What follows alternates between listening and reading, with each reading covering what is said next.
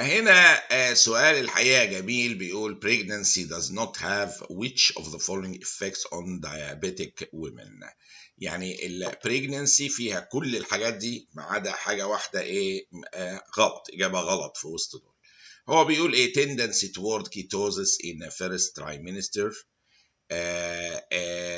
ممكن طبعا يبقى عندهم تندنسي للكيتوزس لاسباب هنشرحها دلوقتي. tendency toward hypoglycemia during early pregnancy و increase in insulin requirements during early pregnancy.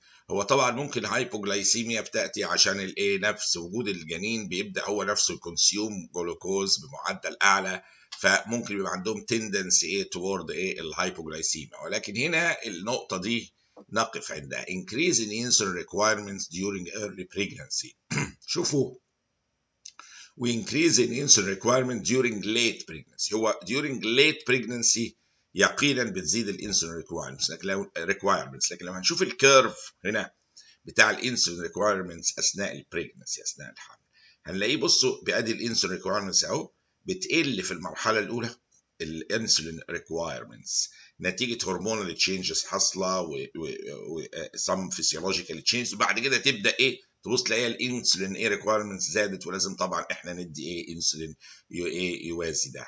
فهو السؤال هنا لما نيجي نشوفه بدقه هنلاقي الجزء ده اللي هو increase insulin requirements during early pregnancy دي الاجابه ايه الغلط، لان شفناه بينزل تحت كده اهوت لكن during late pregnancy مظبوط ايه 100% هنا.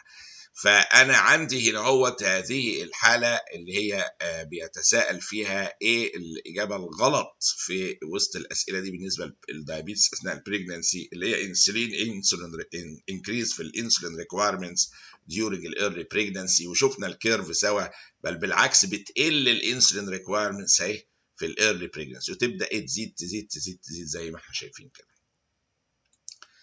هنا سؤال بيقول during repair of primary inguinal hernia you are asked to name the nerve that is located within the spermatic cord. Which of the following is the nerve that is found outside the spermatic cord and within the inguinal canal؟ يعني هو عاوز النيرف اللي هو بيعتبر located تابع للسبرماتيك كورد within الاريا، ولكن هو اوتسايد السبرماتيك كورد وماشي في الكنال. اني نيرف اللي هو بيلعب يعني بيعمل الموضوع ده؟ هو هنا لما نشوف الاناتومي في حاجه اسمها الايه الاليو انجوينال نيرف، هنبص نلاقيها هنا هو ده الاليو انجوينال نيرف اهو اللي حواليه احمر، هنلاقيه ماشي على البوردر كده في الوول كده وداخل انجوينال كانال.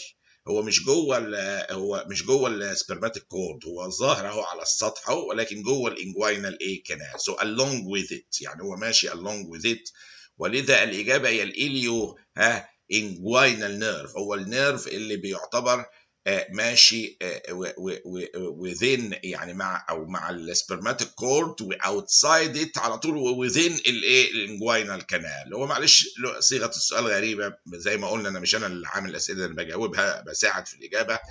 فادي الاليو انجوينال نيرف اهو ماشي مع السبرماتيك كورد اهو و اوتسايد ات، لكن within الايه الانجوينال كانال زي ما احنا شايفين.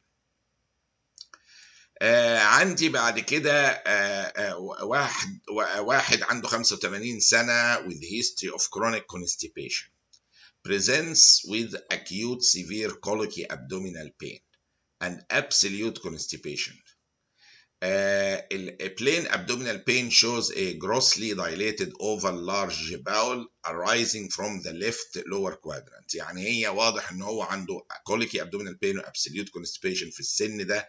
انت بتتكلم على intestinal ايه obstruction اللي بنتكلم عليه، ولقينا الفيلم showing grossly dilated oval large bowel arising من left lower quadrant ده يمشي مع سيجمويد فولفولس على طول، اللي هي دي بتبقى ليها شكل كاركترستيك جدا جاي من اللور كوادرانت كده، وشكل السيجمويد فولفولس بيبقى زي حبيتين ايه ساعات فول ايه جنب بعض كده اهوت ولكن جايه من اللور كوادرانت ودايليتد ومع الاكيوت ابدومين مع الابسوليوت كونستيبيشن وي هاف سيجمويد فولفولس وايه وحاصل له ايه التويستنج المشهور بتاعه. هنا بيقول ذا نيكست ستيب في المانجمنت. بالنسبه للمانجمنت في السيجمويد فولفلس، من اشهر الحاجات ان احنا ندخل الاندوسكوب ومعاه فليتس تيوب هنا هو دي للاير، وفي محاولات تتم انتويست الايه السيجمويد ده اتليست في الامرجنسي سيتويشن لحد ما ايه الجراحين يديل معاه بعد كده بكفاءه اكبر. فلكن في محاوله بتتم تو انتويست من خلال الايه الاندوسكوبي نفسه. فدي دائما الايه المحاوله الاولى ان احنا نعمل سيجمويدوسكوبي فليتس تيوب انسيرشن زي ما احنا كاتبين كده.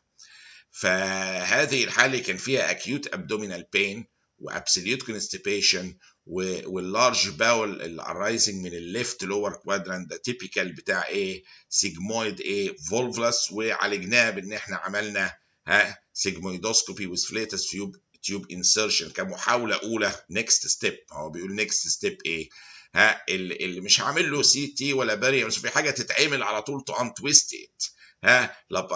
مش لاباروتومي برضو في المرحله دي، مش هنا في دي خالص.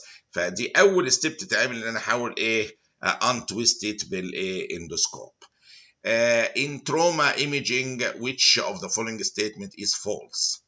هو حاطط مجموعة إجابات هنا، ولكن في واحدة منهم يعني واضحة إن هي خطأ كبير، اللي هي لما بيقول إن في التروما إن إحنا نعمل للهيد اند نيك ايميجينج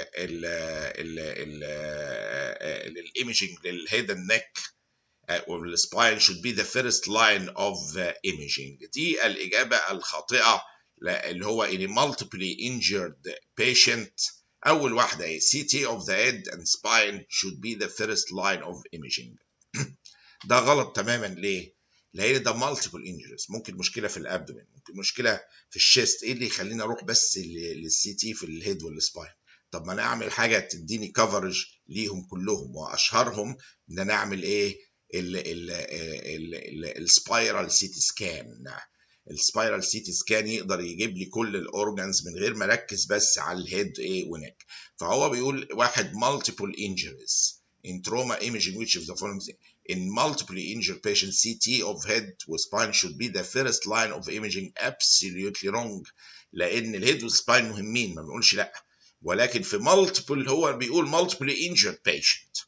يعني ممكن التروما تبقى عامله بليدنج في الشيست وهيموثوركس، او بليدنج في الابدومين من الاورطه. اي صوروا تروماتولوجي بقى يحصل في ايه اللي يخليني بس هيد ونيك فقط يعني. فدي من بدايتها كده الاجابه دي خاطئه، واللي هي ان انا اعمل بس للهيد والسباينز ده كلام غلط. في النهارده ادفانسز كتيره في الراديولوجي ضخمه جدا، ففي عالم التروماتولوجي السبايرال سيتي سكان ده بيبقى سريع، وبيقدروا يجيبوا بيه بنقدر نجيب بيه كل التيشوز، يعني بحيث نقدر نعمل كفرج للبودي كله بسرعه. فده يمكن من افضل الحاجات، لكن ما اقدرش اركز على هيد ونيك بس وانا عندي مالتيبل injured patient. نشوف السؤال ده. واحده برايمي جرافيدا عندها 30 سنه presents في الاسبوع 34. ده سؤال مهم قوي. of gestation with blood pressure 170/100، يعني عندها hypertension. خدوا بالكم بقى من الكلام. وهيدك بيقول epigastric pain visual abnormalities وبروتينوريا plus 3. يعني ده كده بتبصم انها حاله بري eclampsia toxemia of pregnancy والسيفير جامده، وصلت للفيجوال ديستربنس. دي مرحله مش سهله. Biophysical profile of the fetus was 8/8. Which one of the following is the immediate response? Immediately هذه العيانة دي حالة بري إكلامسيا، وأول وأهم تدخل في اللحظة دي أدور على كلمة مغنيسيوم سلفيت هنا فين. يعني هي ستارت مغنيسيوم سلفيت انترافينوس، يبقى هي دي الإجابة. طالما أنا وصلت شخصت حالة بري إكلامسيا بالسيفيريتي دي، والبلاد بريشر عالي، وهيدك جامد، epigastric pain، visual abnormalities، وبلس 3 بروتينوريا، مش هستنى على الكونفالجنس عشان تحصل. هدخل بايه؟ مغنيسيوم سلفيت انترافينوس immediately. وهذه الحاله اهي ادي مجمع لكم الكيس مع بعضها. حاله بري اكلامسيا، هايبرتنشن، هيدك، epigastric pain وفيجوال abnormalities وبروتينوريا مع بعض. خلينا افكر في بري اكلامسيا. التحرك يكون ناحيه مغنيسيوم سلفيت انترافينوس. دي اجمل وافضل واحسن حاجه اتعملت في تاريخ الاكلامسي، انها فعلا بتنهبت وتقدر تنقذ حياه ناس كثيره. ونشوف السؤال القادم باذن الله.